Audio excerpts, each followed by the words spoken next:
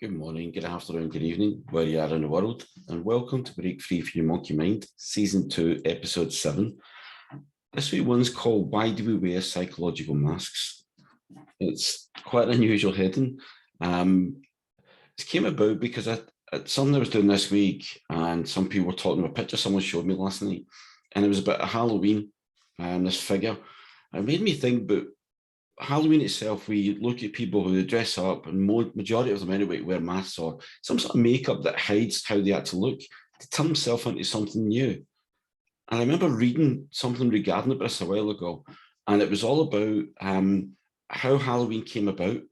And I was quite surprised because probably the same as you, through most of our life, I'd never even thought of why we dress up. We just automatically do it. It's not one of these habits that your conscious and unconscious mind just work for you.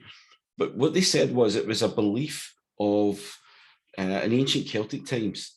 It was a way that people could protect themselves from evil spirits, because if they wore a mask, then they wouldn't know who they were. And I thought that's something that really happens so often every day in life, but we don't always realize that we do it as well. And it just made me think about how many times that we actually put these masks on, or some people call it personas, when you act in a different way from how you normally do. And why do people wear masks? How do they do it? What parts of their life do they do it? And can we change that? Things like, for example, maybe when you've got a family event on, or even speaking to a family member, it could be a spouse, partner, children, colleagues at work, close friends. How many times do you hide how you're feeling from them? How many times do you know there's things that you would love to say, but you worry about the impact, or maybe you're worried about hurting them, maybe you're worried about getting hurt yourself? Is that a protection mechanism for you? Is wearing a mask a protection for them? Because you don't want to put all the negative feelings and emotions you've got onto them to bring someone else down. And it made me really think, said that earlier, that I was something this week, it brought it to my attention. And I've just been coaching on an awesome course this week. It was a coaching course, but everything I've mentioned here before, called NLP, Neuro Linguistic Programming. It's a fantastic way of coaching, using mind and processes and getting people to change their state, get them to think in new ways, act in new ways. It's fantastic. But what I saw, and it really struck me, was the first couple of days, I saw 13 individuals around these tables, sitting in chairs, having to interact with each other, having to do different techniques and exercises and how they can change these thoughts, change emotions.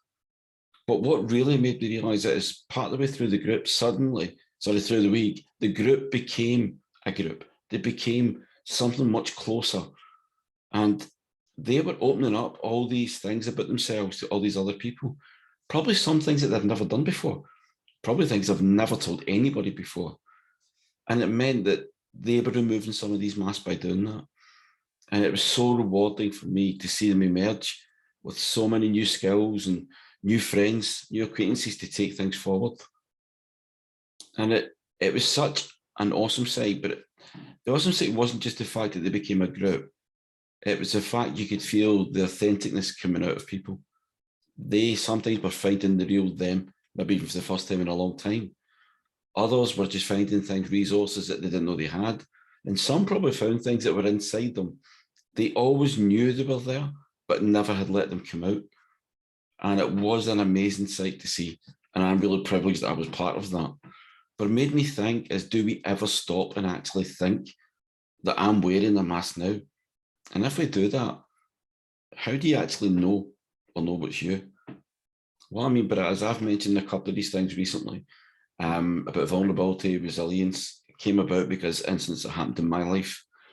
And the reason I set the podcast up, because I want to be able to look at Western medicalisation a bit differently, because the period in my life that was so difficult when I had that breakdown, that I had to find ways around it.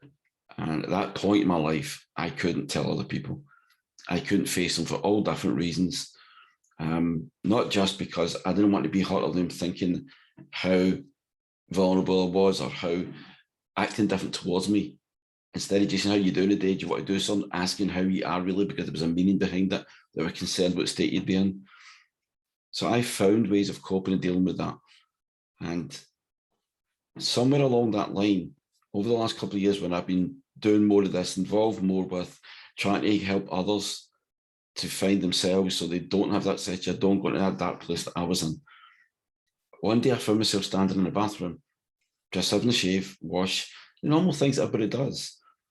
But when I looked in the mirror, what I saw shocked me.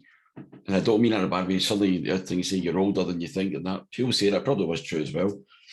But it was more the fact that I didn't recognize the person standing in front of me, because the vision I had in my head, and I'm not very good at visualizing things, and that's probably part of what it was for me, because I couldn't actually see the face that I could feel and sense in my head that it was.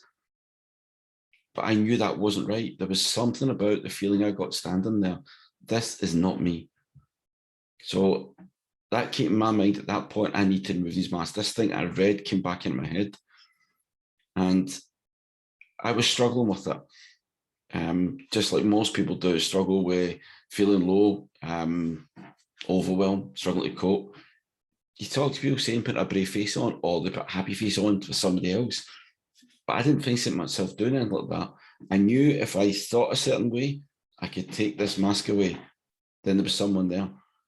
But that wasn't me. So I took another one off, and that wasn't me. And it was like a repetition, and as if I was going around in a circle, because I didn't actually recognize what was me. And that was really scary. Even though it was only my own mind, it was a really scary moment. Had I lost me, or had I never been me? Have I always been all of these? That's what we think. That's what other people can make us think, because we listen to everyone externally, what other people's opinions are, what everybody else thinks. And a lot of the time we actually are only making assumptions. We assume we know what other people, if they look at you and they look and look away, or what they say, then they have a conversation. Imagine if when you get two people looking at you at the same time, then you wait talk and start laughing. You assume that's about you. They could have been looking around, looking back themselves. Mates, one makes a joke about something and they're happy with that. Two of them laughing away at the joke, but you start feeling it's you. And that's where these masks sort of, do you feel, protect you from. An example of things like that is someone who's depressed. People say, I never knew they were depressed. I didn't know. Depression is something maybe that they feel they have to deal with. Some people feel it's part of them, or people look at it in all different ways. But what they are good at is putting a face on as well. Coming into work or dealing with family, I'm okay today, when actually underneath they're not. But they put that on because they don't want other people asking questions all the time, because it can make them feel worse.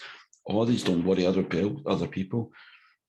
Another one like that could be anxiety. Anxiety, you expect somebody to be agitated all the time or always on edge. That's what people think. But they can actually have this outer calm appearance. But inside, there's so much turmoil. In their mind, there's so many thoughts going through that a lot of time that overwhelm, that not able to cope just happens. But just imagine it like you go to a little boating pond or a beautiful lake, and you see some swans and ducks, and you see some swans going along and the ducks behind them. And there's one little duck that's about 10, 15 feet behind. And it just looks like it's just gliding along the water, trying to catch up with the rest. But then just imagine if you could look under that water's edge and just see the little legs of that duck going.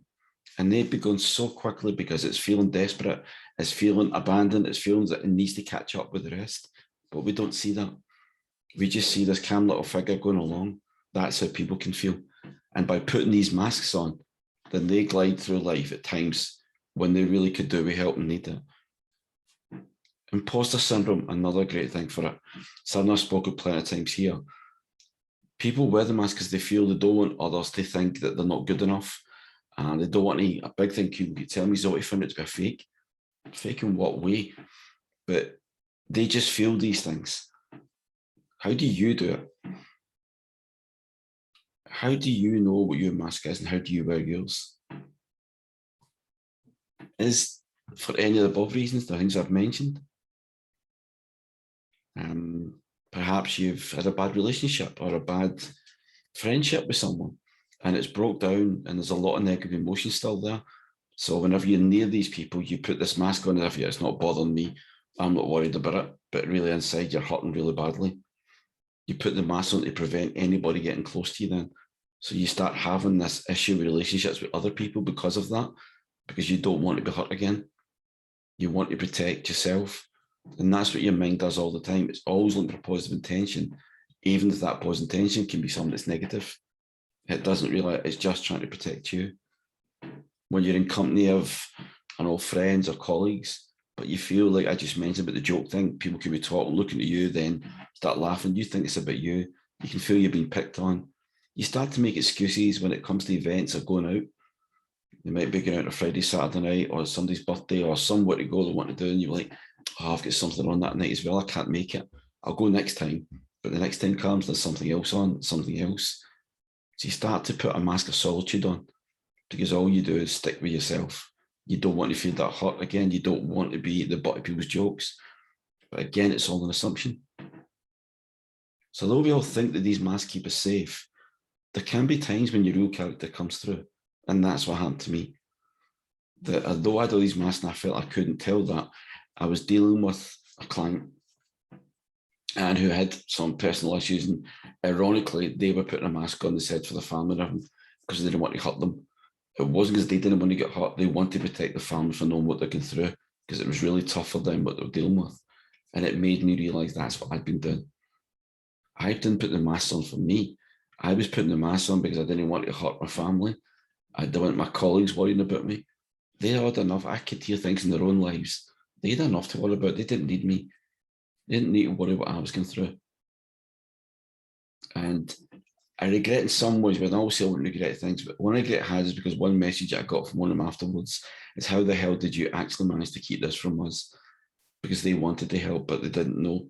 And if they'd known, then maybe I didn't have to go through as long a period as that, feeling on my own, feeling that I was having to deal with things that I could have probably have been dealt with a lot quicker, or at least they could have pointed me in the right direction to someone who would have helped.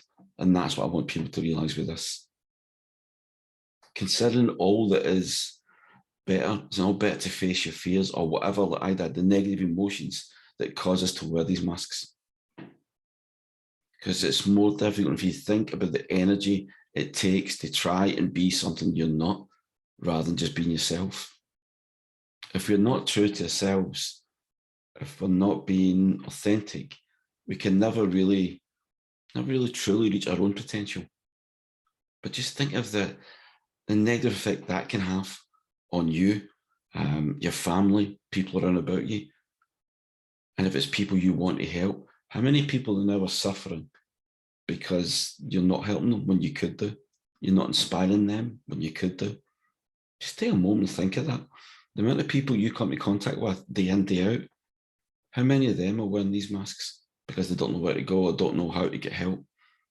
But just by you doing it could help them.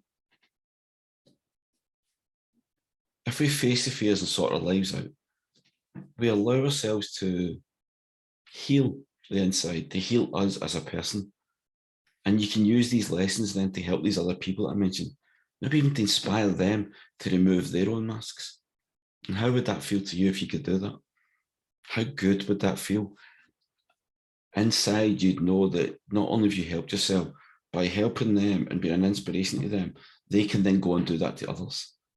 The ripple effect. One little drop into a pond, watch all the ripples it causes. One person removes those masks, all the people around about them do the same, can now do it then. They can also do that. And that can be you. Just by doing this today and looking at it, having a think about this, how could you do this? And more importantly, what could I get out of doing this for me?